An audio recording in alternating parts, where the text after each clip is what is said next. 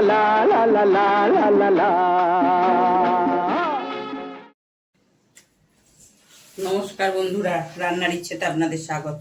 আজকে আমি আপনাদেরকে ছানার ডালনা কি করে করতে হয় সেটাই আমি আপনাদের সঙ্গে আজকে শেয়ার করছি। দেখুন, আমি এখানে 300 গ্রাম মতন ছানা নিয়েছি। এই ছানার মধ্যে আমি কিছু জিনিস অ্যাড করে দিচ্ছি। ছানাটা মাখার আগে আমি আমার এই ছোট চামচের 2 চামচ মতন ময়দা দিলাম।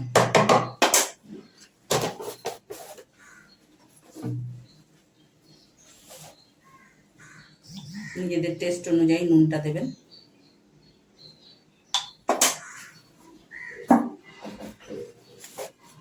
নিজেদের মানে জিভের টেস্ট অনুযায়ী নুন মিষ্টিটা অ্যাড করবেন।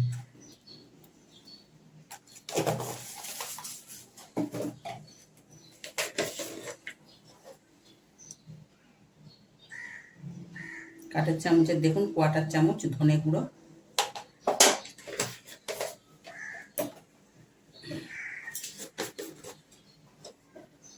কোয়ার্টার চামচেরও কম, 1 চিমটে মতন আমি আমার যেহেতু 300 ছানার করছি সেই আন্দাজ করে আমি কিন্তু দিচ্ছি। 1 চিমটে মতন জিরে গুঁড়ো,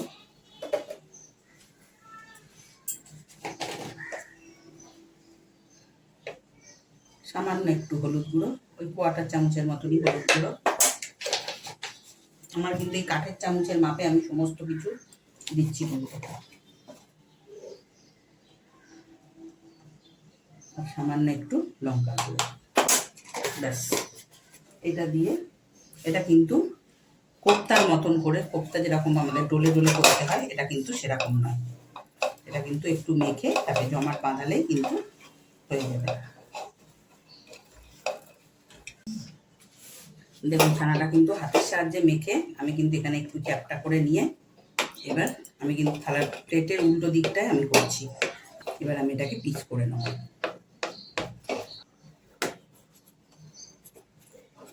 ব্যাস, এরকম চৌকো পিস করে এবার ভাজার সময় একটা একটা করে তুলে। আমি আবারও বলছি, আমি আমার ছানার আন্দাজে আমি সব কিছু কিন্তু দিচ্ছি। আমি এখানে আমার কাঠের চামচের 1 চামচ মতন বেসনকে আমি একটু শুকনো খোলায় নেড়ে নিচ্ছি। এবার আমি একটা মশলা তৈরি করে নিচ্ছি। আমি এখানে আমার এই বড় চামচের 2 চামচ টক দই দিয়েছি। তার সঙ্গে সঙ্গে আমি এখানে আমার এই বড় চামচের 1/2 চামচ মতন এই বেসনটা যেটা ভাজলাম সেটা দিয়ে দিলাম। এবার এখানে এই কাঠের চামচের 1/2 চামচ হলুদ,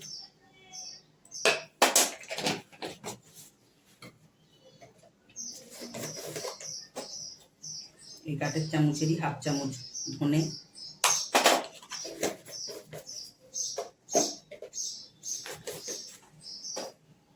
কোয়ার্টার চামচ জিরে। জিরে কিন্তু বেশি না, 1/4 চামচ।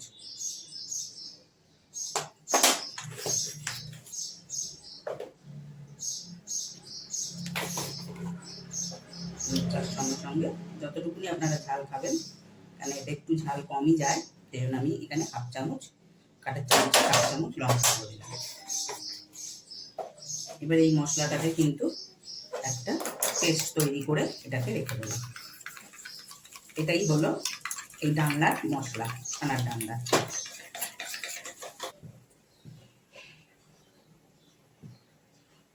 আমি কিন্তু এতে বন্ধুরা আরেকটা কথা বলে দিই, আমি কিন্তু আলু দিচ্ছি না। আপনারা চাইলে কিন্তু আলুও দিতে পারেন, কোনো অসুবিধা নেই। দেখুন, তেলটা গরম হয়ে গেছে, কিন্তু আমি এখানে প্রথমেই কিন্তু সব ছানার বরফিগুলো আমি এখানে দিয়ে দেবো। আমি কিন্তু একটা এরকম তুলে আমি এখানে দিয়ে দেখবো এটা ঠিকঠাক আমার সেটটা হয়েছে কিনা, বাঁধনটা।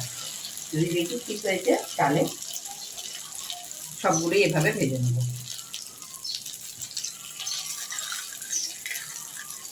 বাঁধনটা যদি দেখেন একটু ছেড়ে ছেড়ে যাচ্ছে তাহলে কোনো অসুবিধে নেই, ওর মধ্যে 1/2 চামচ ময়দা দিয়ে ওটাকে সেট করে নেবেন। দেখুন, আমার বাঁধনটা মনে হচ্ছে ঠিকঠাক আছে, ওই জন্য দেখুন কিরকম লাল হয়ে সুন্দর হয়ে ভাজা হচ্ছে। এবার আমি একটা একটা করে সবগুলো এরকম করে ছেড়ে দেবো। এগুলো আমি এবার একটু লাল লাল করে ভেজে নিয়ে ফেরত আসছি। দেখুন আমার কিন্তু ছানাগুলো সব ভাজা হয়ে গেছে। গরম মশলা সব ফোড়ন দেবো। আমি একটা দারচিনি, একটা লবঙ্গ আর দুটো ছোট সবুজ এলাচ আমি ফাটিয়ে দিচ্ছি। ব্যাস, কেন আমি যতটুকুনি ছানা করছি, আবারও বলছি, আমি ততটুকুনি করে কিন্তু মশলাগুলো দিচ্ছি।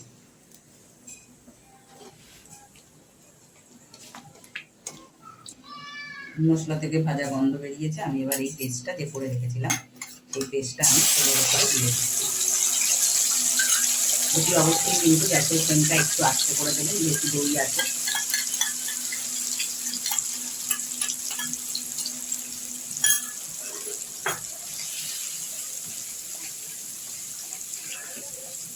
এবার হালকা হাতে মশলাটাকে একটু কষতে হবে। আমি দই দিচ্ছি বলে বন্ধুরা আমি কিন্তু আর টমেটো দেবো না। আপনারা চাইলে দই বা টমেটো দুটোই দিতে পারেন, এটা আপনাদের চয়েস। বা দই না থাকলে টমেটো দিয়েও এটা করা যাবে। দেখুন মশলাটা কষা হচ্ছে। আমি সামান্য একটু আদা জলে গুলে রেখেছিলাম, সেই আদাটাও দিয়ে দিলাম।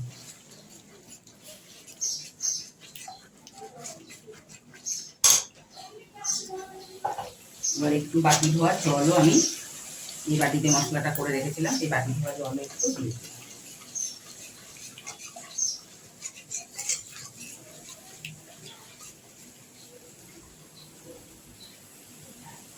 এবার কিন্তু অতি অবশ্যই নুন মিষ্টিটাও দিয়ে দেবেন। নিরামিষি রান্না একটু মিষ্টি মিষ্টি ভালো লাগে, তাহলে একদম মিষ্টি না, যতটুকুনি প্রয়োজন আর কি।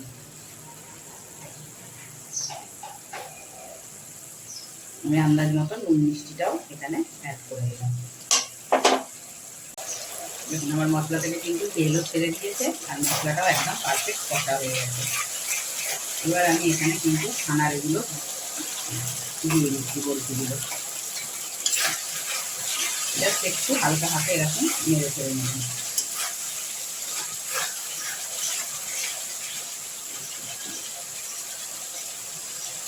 যেহেতু আমি এটা ছানার কালিয়া করছি, কালিয়াতে তো আলু যায় না, সেই জন্য আমি এটা কিন্তু শুধুই করলাম।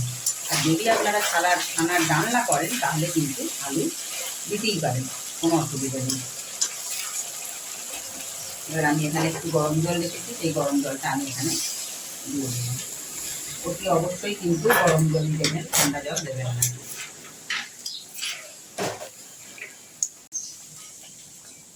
দেখুন আমার ছানার কালিয়া কিন্তু একদমই রেডি। এবার আমি এখানে নামানোর আগে সামান্য একটু ভাজা মশলা দিচ্ছি, জিরে, ধনে আর শুকনো লঙ্কা, জাস্ট আর কিছুই না। সবার ঘরেই ওটা করা থাকে। দেখুন কত চটজলদি রান্নাটাও কিন্তু হয়ে গেল। আমার এই মশলা দিতে দিতে আপনারা যদি আমার ফেসবুক থেকে দেখেন তাহলে চ্যানেলটাকে ফলো করবেন, আমার পাশে থাকবেন। আর যদি আমার ইউটিউব থেকে দেখেন তাহলে কিন্তু আমার চ্যানেলটাকে আপনাদের সাবস্ক্রাইব করতে হবে, তাহলে আমি নতুন নতুন যা রান্না দেবো আপনাদের কাছে আগেই এই রান্নাটা পৌঁছে যাবে। দেখুন আমার ছানার কালিয়া কিন্তু একদমই রেডি। আমি এবার একটু সামান্য একটু, যেহেতু নিরামিষ রান্না সেই জন্য একটু সামান্য মতো ঘি যায়, আমি সামান্য একটু ঘি দিয়ে এটাকে চাপা দিয়ে রেখে দেবো। তারপর আপনাদের সঙ্গে পরিবেশন করে দেখাচ্ছি। আজকের মতন এই পর্যন্তই হয়ে গেল রান্না ছানার কালিয়া।